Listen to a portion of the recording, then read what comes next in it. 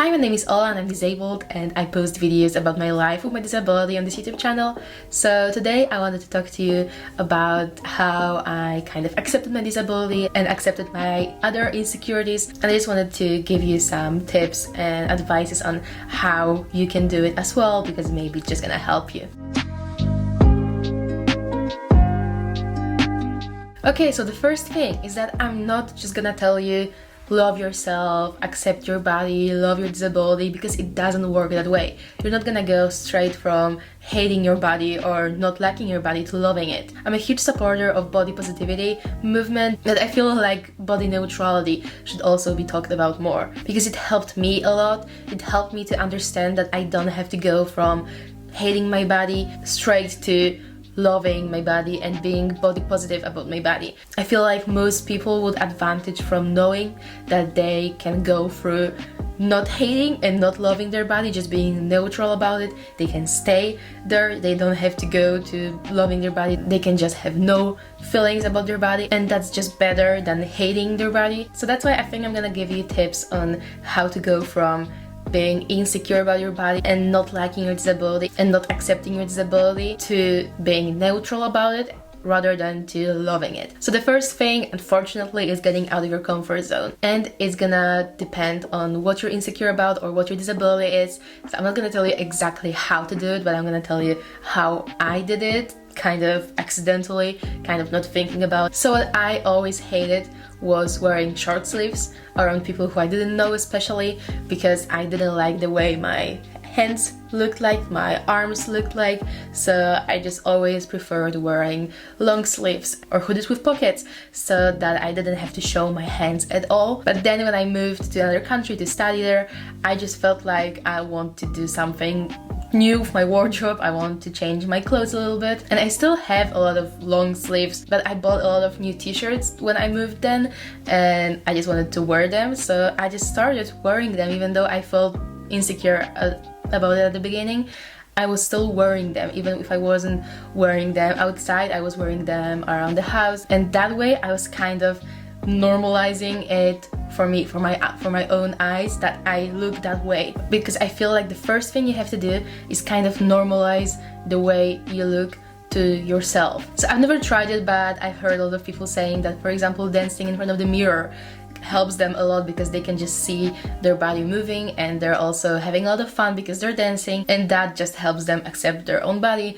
and just helps them normalize their body in their own eyes. And I think it's a good place to start. It's even not getting out of your comfort zone when you're outside your home, but when you're in it and when you're just getting out of your comfort zone in front of yourself and your own mirror. Just try to create the new normal, let's call it, even though the normal doesn't exist, but try to create the new normal of the way you look like. So if my past normal was me wearing long sleeves and hoodies and other things like that, then my new normal is just wearing whatever I want and is seeing my hands and not covering them all the time. So another thing is try to make clothes or makeup or anything else that makes you feel confident and of course comfortable, because I feel like there are some pieces of clothing that everyone has that we feel very confident in. It used to be shoes with platforms for me, or it can be anything else for you, and whenever I wear them I just feel like I'm gonna win the whole world, and I feel like I'm so confident, and I feel just good looking in them. So when you try accepting your disability or your physical insecurities, then don't do that in clothes that you don't like,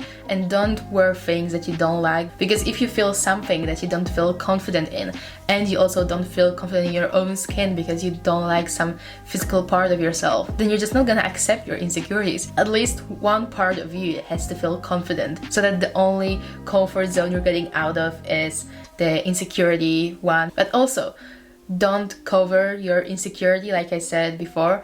Don't try to hide whatever you feel insecure about. But on the other hand, also don't try to show it too much, because you're not gonna like it at the very beginning, believe me. Another thing I still find very helpful, because I still have a lot of insecurities, which I'm gonna tell you about in the next video, which I've already filmed. And the thing that helps me is pretending to be confident, because you are not going to be confident every single day, but pretending that you are is gonna make people who look at you feel like you are confident, and it's gonna make you get used to being confident. Even this fake confidence is still gonna help you, because of course you shouldn't care about what other people think about you or about the way you look like, but people still comment on things, on people's looks, and people still look or stare at you. So if you look confident, you're not gonna do that. It's just a thing. People don't feel confident staring at someone who looks confident, or if they do look stare at you when you're confident, they usually look at you because they're admiring you and they're admiring your confidence. So if you don't feel confident, then pretend that you are, and that really helps. Like, for example, when I'm walking down the street and I really feel insecure about the way I walk or about the way I move, then I just pretend I'm confident, and I feel like it makes me get used to being actually confident, and the next time I'm gonna walk down the same street, I'm gonna actually feel confident, because I'm just getting used to being like that and feeling that way. So you may laugh at me, but if you don't know, I'm a huge TV shows fan, and I'm a huge Grey's Anatomy fan. And if you watch Grey's Anatomy as well, you probably remember the Superman or Superwoman pose that character named Amelia Shepherd shows. And she always says that before like difficult surgeries, she stands in the Superman pose like that for like a minute or a few minutes, and that way she feels very confident. And in the TV show, they say that it actually brings the confidence. She says that it's been like researched and it's proven that it brings you confidence when you stand like that. I don't know how it works. I don't know if I should believe that, but I do believe that. I did that before my final exams in high school, because that just brings me more confidence. So if you don't feel confident at all when you're somewhere in public, for example, just jump to the bathroom and stand like that for some time, and maybe it's gonna help you. It sounds stupid, but whatever Grey's Anatomy says, it's true. I believe that. Okay, so another thing is something that everyone will tell you, and of course it's not something that helps a lot, but you just have to understand that, and I have to understand that as well, because I still care what other people think.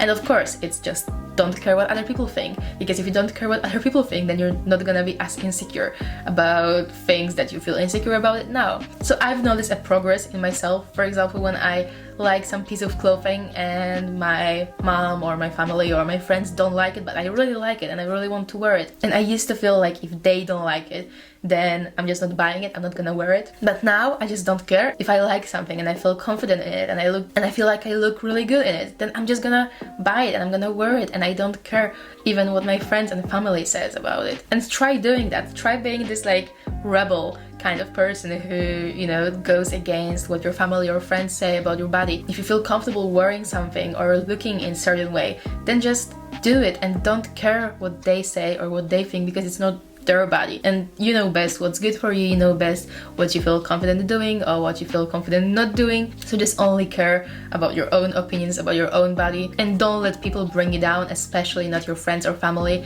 because I know that your friends and family usually want to help you and they really mean to do something good, but they don't always do that. They just try to influence you, and that's not always good, because it's your own body and you have to find your own style and your own confidence. So I know most of these things were only about insecurities that everyone can have, and it's not really about accepting your disability, even though a lot of insecurities might be caused because of this disability, like for example me being insecure about my arms or about my legs or anything like that. But I know it's also very difficult to actually accept the fact that you are disabled, and I think I already did. I think I'm fine with my disability. We don't mind each other.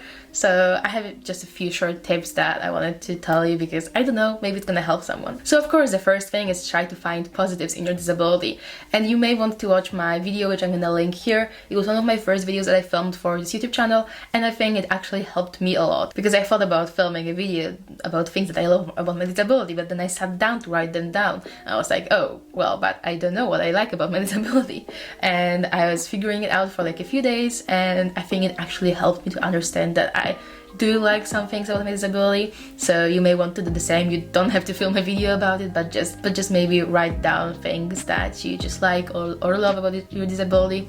It may be, for example, things that you've experienced only because of it, or people you've met, or how it changed you for the better, or how it influenced you, who you are now. It may be a lot of things, so just think about it, and hopefully you're gonna write down tens of things. Another thing is remember that it doesn't have to be a part of yourself if you don't want it to be. And what I mean by that is that I hear people sometimes saying that I hate that I am disabled.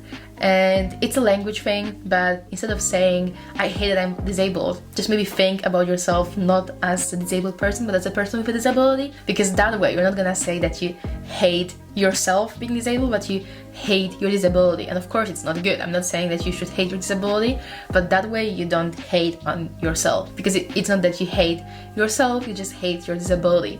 And don't hate your disability, but if you really do, then you need some steps to accept that. And one of the first steps could be just thinking about your disability not as a part of you, but as a separate thing. And yeah, so the last thing I wanted to say is try thinking about your disability as something separate from you, as something that is not you, but is only a part of you. So that way, like I said, you're not gonna hate yourself, because I feel like it's just easier to, for example, even talk about your disability, not in the way that I can't do something, I can't carry heavy stuff. Try saying that your disability can't do something.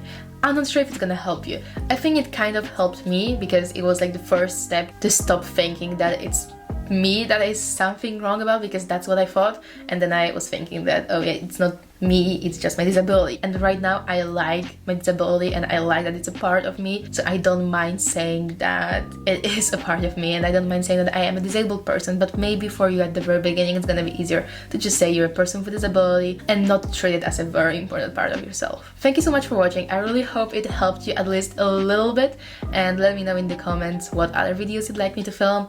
And also check out my social media, Instagram and Twitter. I try to post a little bit more on there, and you can always contact me there. I'm always active on both Instagram and Twitter. So thank you so much for watching again, and subscribe to my channel if you liked it, and like the video if you liked it. And I'll see you next time in the next video, and the next video is coming on Sunday. Thank you so much. Bye bye.